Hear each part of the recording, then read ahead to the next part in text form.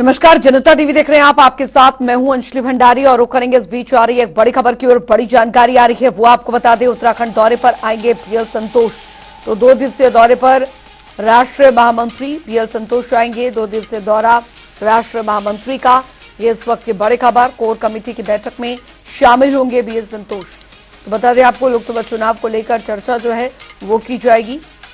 तो कई अहम मुद्दों को लेकर भी चर्चा की जाएगी। इस वक्त की बड़ी खबर आपको बता रहे हैं, उत्तराखंड दौरा बीएल संतोष राष्ट्रीय महामंत्री का, और 2 दिवसीय दौरा ये रहने वाला है।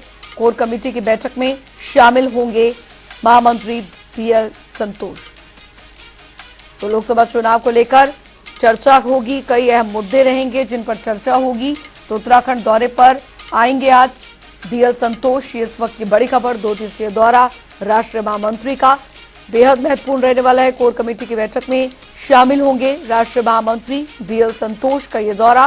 लोकसभा चुनाव को लेकर चर्चा होगी, कई अहम मुद्दों को लेकर भी चर्चा की जाएगी। तो उत्तराखंड दौरे पर आएंगे बीएल संतोष, ये इस वक्त की बड़ी खबर। नवीन शुक्ला संवाददाता हमारे साथ जुड़ गए हैं ज्यादा जानकारी के साथ। नवीन, राष्ट्रीय महामंत्री बीएल संतोष का 2 दिवसीय उत्तराखंड का दौरा कितना महत्वपूर्ण रहने वाला है और कितने बजे वो उत्तराखंड पहुंच जाएंगे?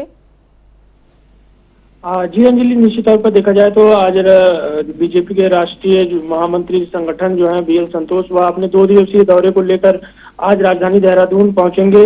और कहीं ना कहीं यह दौरा भी जो है वो काफी महत्वपूर्ण माना जा रहा है। वह प्रदेश की कोर कमेटी की जो बैठक है उसमें प्रतिभाग करेंगे। प्रदेश पदाधिकारियों, जिला अध्यक्षों के साथ बैठक करेंगे। साथ ही टोली बैठक का भी कार्यक्रम रखा गया है। और इसके साथ ही संगठनात्मक जो बैठक है उसमें भी वह प्रतिभाग करेंगे। जो बीएल संतोष का जो आने का समय है 3:40 पर वह प्रदेश कार्यालय पहुंचेंगे और तमाम सारे जो कार्यक्रम है उसमें वह जानकारी भी लेंगे और आगामी जो कार्यक्रम होने वाले हैं उसका अब जो मार्गदर्शन है वो भी देंगे। तो कहीं ना कहीं काफी महत्वपूर्ण माना जा रहा है उनका दौरा। 2 दिवसीय दौरा है और जो तमाम सारी बैठकों में प्रतिभाग करेंगे, क्योंकि आने वाले समय में उत्तराखंड में लोकसभा चुनाव भी होने हैं। तो इसलिए इनका दौरा भी जो माना जा रहा है वो काफी महत्वपूर्ण माना जा रहा है। तमाम सारे पदाधिकारियों को जो है उनके साथ में बैठक करेंगे। टोली बैठकें होंगी, संगठनात्मक बैठकें होंगी और इसके साथ ही जो कोर कमेटी की बैठक है उसमें भी वह प्रतिभाग करेंगे। तो कहीं ना कहीं उनका दौरा जो है वो काफी महत्वपूर्ण माना जा रहा है। चलिए, नजर बनाए रखें, हम आपसे आगे भी अपडेट लेते रहेंगे। बहुत बहुत शुक्रिया इस तमाम जानकारी के लिए नवीन। तो बता दें आपको, 2 दिवसीय दौरा राष्ट्रीय महामंत्री का बेहद महत्वपूर्ण। कोर कमेटी की बैठक में शामिल होंगे बीएल संतोष। लोकसभा चुनाव को लेकर ये चर्चा होने जा रही है। इस वक्त ये बड़ी खबर आपको बता रहे हैं। तो बड़ी जानकारी, कई अहम मुद्दे जिन पर चर्चा होगी। 2 दिवसीय दौरे पर आएंगे राष्ट्रीय महामंत्री। एक और बड़ी खबर की ओर करेंगे, बड़ी जानकारी आ रही है वो आपको बता दें। तो बड़ी खबर, बड़ी जानकारी देहरादून से आ रही है। चमोली में एसटीपी प्लांट पे हुए हादसे का मामला। जी हां, इस हादसे में मजिस्ट्रेट जांच की रिपोर्ट सीएम को मिली है। जांच रिपोर्ट के आधार पर अब कार्रवाई की जाएगी, मुख्यमंत्री की तरफ से कहा गया है। तो चमोली में एसटीपी प्लांट में हुए हादसा मामले में अब जो रिपोर्ट है, मजिस्ट्रेट जांच की रिपोर्ट है, वो सीएम को सौंपी गई है। चमोली में एसटीपी प्लांट में जो दर्दनाक हादसा हुआ था उसको लेकर मजिस्ट्रेट जांच बिठाई गई थी, जिसकी रिपोर्ट अब मुख्यमंत्री को सौंपी गई है। जांच रिपोर्ट के आधार पर कार्रवाई की जाएगी। मुख्यमंत्री की तरफ से बयान, दोषियों को कतई बख्शा नहीं जाएगा। तो कड़ी से कड़ी कार्रवाई, एफआईआर दर्ज की जा चुकी है, ये जानकारी दरअसल मिल रही है। और रिपोर्ट मिलने के बाद अब मुख्यमंत्री पुष्कर सिंह धामी ने साफ कहा है कि दोषियों को बिल्कुल भी बख्शा नहीं जाएगा।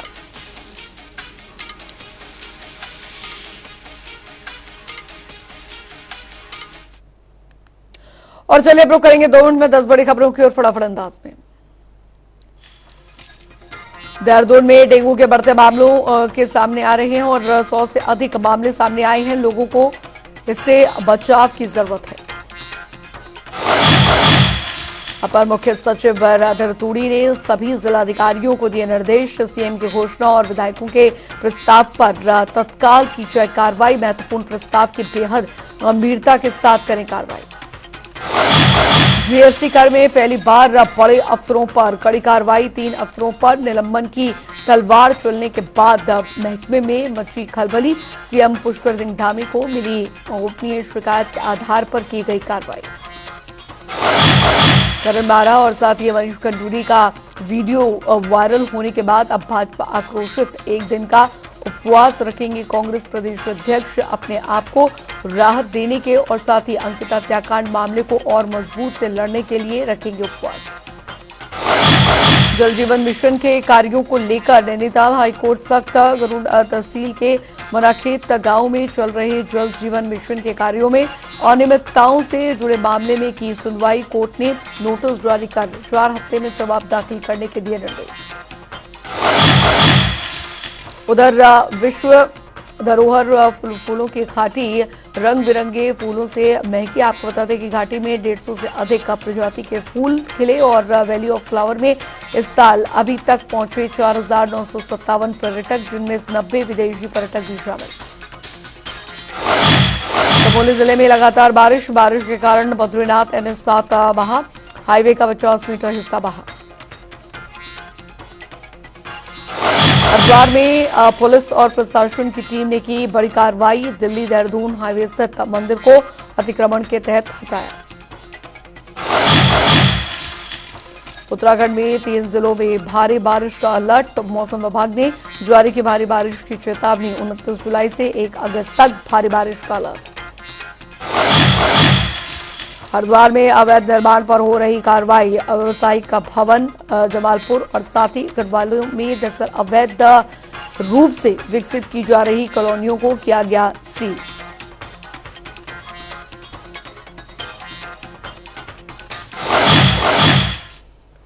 चलिए रुक करेंगे। इस बीच आ रही है एक बड़ी खबर की और बड़ी जानकारी देहरादून से आ रही है। उत्तराखंड में बाघों की संख्या में इजाफा। इस वक्त की बड़ी खबर, बड़ी जानकारी आपको बता रहे हैं। उत्तराखंड में बाघों की संख्या में इजाफा हुआ है। जानकारी आपको दे दें, प्रदेश में बढ़ी 118 बाघों की संख्या। जी हां, बाघों की संख्या बढ़ी है। उत्तराखंड में बाघों की संख्या 560 पहुंच चुकी है। तो बाघों की संख्या को लेकर आंकड़े जारी किए गए हैं। बड़ी खबर देहरादून से आपको बता रहे हैं। तो प्रदेश में बढ़ी 118 बाघों की संख्या, ये बड़ी जानकारी आपको दे रहे हैं।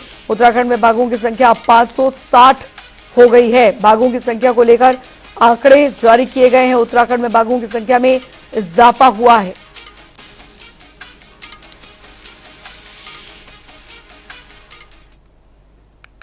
बढ़ेंगे आगे। उधर देहरादून में कृषि मंत्री गणेश जोशी ने दरअसल मुख्यमंत्री घोषणा के तहत मिशन दालचीनी तैमूर एवं लेमन ग्रास के तहत प्रदेश के विभिन्न जनपदों के लिए पहले चरण में लगभग 30 लाख पौधों को फ्लैग ऑफ किया गया और साथ ही प्रदेश में कुल 1.14 करोड़ पौधों को किसानों को निःशुल्क वितरित किया जाएगा। आपको बता दें कि कृषि मंत्री ने कहा कि राज्य सरकार की ओर से इन फसलों के प्रसार को बढ़ावा देने के लिए ही प्रदेश में विभिन्न योजनाएं चलाई जा रही हैं। मोदी जी की सरकार हो, चाहे पुष्कर सिंह धामी की उत्तराखंड की सरकार हो, लगातार किसानों के हितों में काम कर रही है। हमारा संकल्प है कि 2025 में हमारा राज्य जब 25 साल का होगा, अपने किसानों की आय को दुगना करेंगे। और आज मिशन दालचीनी तैमूर व लेमन ग्रास, जिसके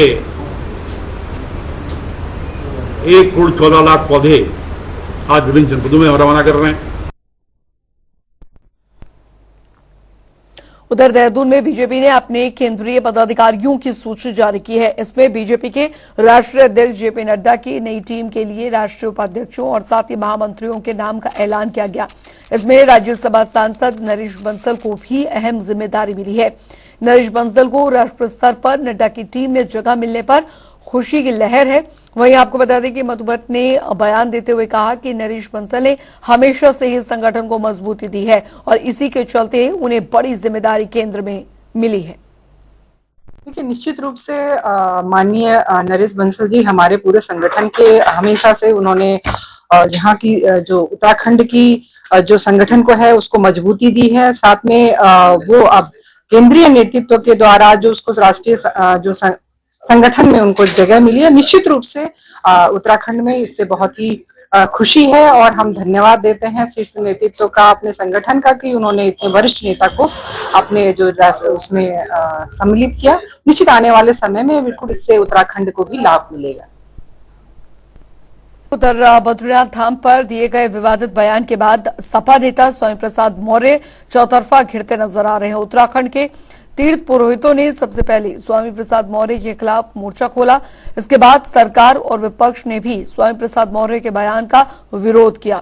अब हरिद्वार के संत समाज ने स्वामी प्रसाद मौर्य के बयान पर प्रतिक्रिया दी। संत समाज ने कहा, स्वामी प्रसाद मौर्य सस्ती लोकप्रियता और समुदाय विशेष को खुश करने के लिए ऐसे बयान दे रहे हैं। जी बहुत बड़े नेता है जी, कभी वो बसपा में रहे, कभी भाजपा में रहे, अब सपा में है। उनको ऐसा बयान नहीं देना चाहिए। देखिए, बौद्ध में हमारे जो बुद्ध भगवान है, बुद्ध भी भगवान विष्णु का ही अवतार है। बुद्ध भगवान भी भगवान विष्णु के 10वें अवतार है। और ऐसी बात करना कि भाई जो है बद्रीनाथ धाम में जो है बुद्ध का पहले मंदिर था, आपके पास क्या प्रूफ है, आपके पास क्या प्रमाण है? हजारों साल से, जब से भी बद्री धाम बना है, तब से वहाँ भगवान विष्णु की पूजा होती है, बद्रीनाथ जी की पूजा होती है। विष्णु भगवान का ही एक रूप बद्रीनाथ का है। खबर रुड़की से है, जहां पर ओबीसी समाज ने एकजुट होकर नगर निगम मेयर गौरव गोयल के खिलाफ मोर्चा खोल दिया।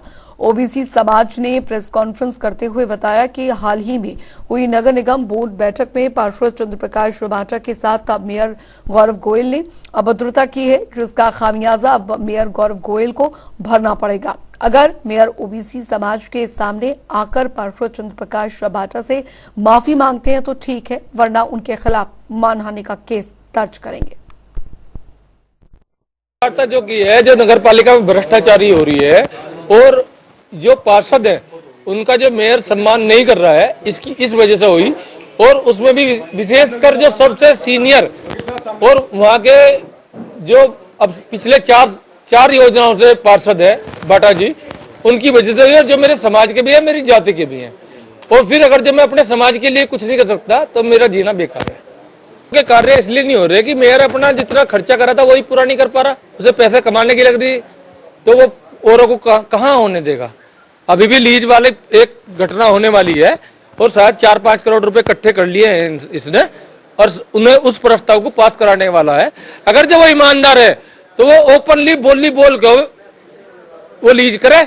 अगर जब मान लिया वो संपत्ति 50 करोड़ रुपए की है तो 10 लाख रुपए तो कम से कम जमा हो सरकारी खाते में। उधर 2024 के लोकसभा चुनावों को लेकर बीजेपी ने कमर कस ली है और पूरा जो बीजेपी संगठन लोकसभा चुनावों में कांग्रेस को पटकनी देने के लिए तैयारियों में जुटा हुआ है। बता दें कि बीजेपी में लगातार बैठकों का दौर भी जारी है। अब ऐसी ही एक अहम बैठक फिर से यहां पर होने जा रही है। आपको बता दें कि इस दौरान मनवीय चौहान मीडिया प्रभारी ने बताया कि दरअसल राष्ट्रीय महामंत्री संगठन पीएल संतोष 2 दिवसीय उत्तराखंड प्रवास पर आ रहे हैं और इन बैठकों में सांसद, विधायक, जिलाध्यक्ष समेत कई पदाधिकारी शिरकत करेंगे। हमारे भारतीय जनता पार्टी के राष्ट्रीय महामंत्री संगठन आदरणीय बीएल संतोष जी 2 दिवसीय प्रवास पर उत्तराखंड में आ रहे हैं और वो विभिन्न प्रकार की बैठकें, संगठनात्मक बैठकें लेंगे, जिसमें हमारे प्रदेश पदाधिकारियों की, जिलाध्यक्षों की और जो हमारे जिलों के प्रभारी बनाए गए उनके साथ वो बैठक करने जा रहे हैं। इसके साथ ही हमारे प्रदेश की जो कोर कमेटी है उसमें हमारे सांसदगण और हमारी जो कोर कमेटी बनाई गई उसके साथ भी वो बैठने वाले हैं। उधर संसद के मानसून सत्र में राज्यसभा सांसद नरेश बंसल ने एक मांग उठाई, जिसमें कि देश का नाम इंडिया को हटाकर भारत करने की बात कही। नरेश बंसल ने कहा कि आजादी के अमृत काल के प्रतीक इस नाम को हटाकर अब भारत रख देना चाहिए। वहीं उनके इस बयान के विरोध में महानगर कांग्रेस अध्यक्ष जसविंदर सिंह गोगी की अध्यक्षता में कांग्रेस नेताओं ने कांग्रेस कार्यालय के बाहर इसमें हॉल पर नरेश बंसल का पुतला फूंका और जसविंदर सिंह गोगी ने नरेश बंसल के बयान की घोर भर्त्सना करते हुए कहा कि इंडिया नाम को हटाया जाना उचित नहीं है, क्योंकि इंडिया नाम 2500 साल पुराना शब्द है और ये दरअसल इंडस रिवर से लिया गया। आज उन्हें इस सब से क्यों परेशानी हो रही है ये तो नरेश बंसल जी बताएंगे। और मैं बताना चाहूंगा आपको कि संविधान से छेड़छाड़ जो लोग करने की सोच रहे हैं, क्योंकि संविधान जो बाबा भीमराव अम्बेडकर साहब ने बनाया है, दलित वर्ग संविधान को बाबा भीमराव अम्बेडकर जी को दोनों को बहुत मानता है और दलित वर्ग से जो छेड़छाड़ की जा रही है बिल्कुल बर्दाश्त नहीं किया जाएगा। और दूसरी बात मैं बताना चाहूंगा, भले वो स्किल इंडिया हो, डिजिटल इंडिया हो, सब जगह इंडिया शब्द का उन्होंने इस्तेमाल किया है। और आज ट्विटर हैंडल पे बीजेपी फॉर इंडिया लिखा हुआ है आज भी। और साथ ही साथ जो ये नरेंद्र मोदी जी ने बैठक करी थी सभी मुख्यमंत्रियों को, उस मीटिंग में भी जो लिखा गया था वो लिखा हुआ था टीम इंडिया। तो सब जगह टीम इंडिया का यूज पहले भी होता रहा है, लेकिन आज जब से इंडिया अलायंस बना है तब से ये लोग भयभीत हो रखे हैं।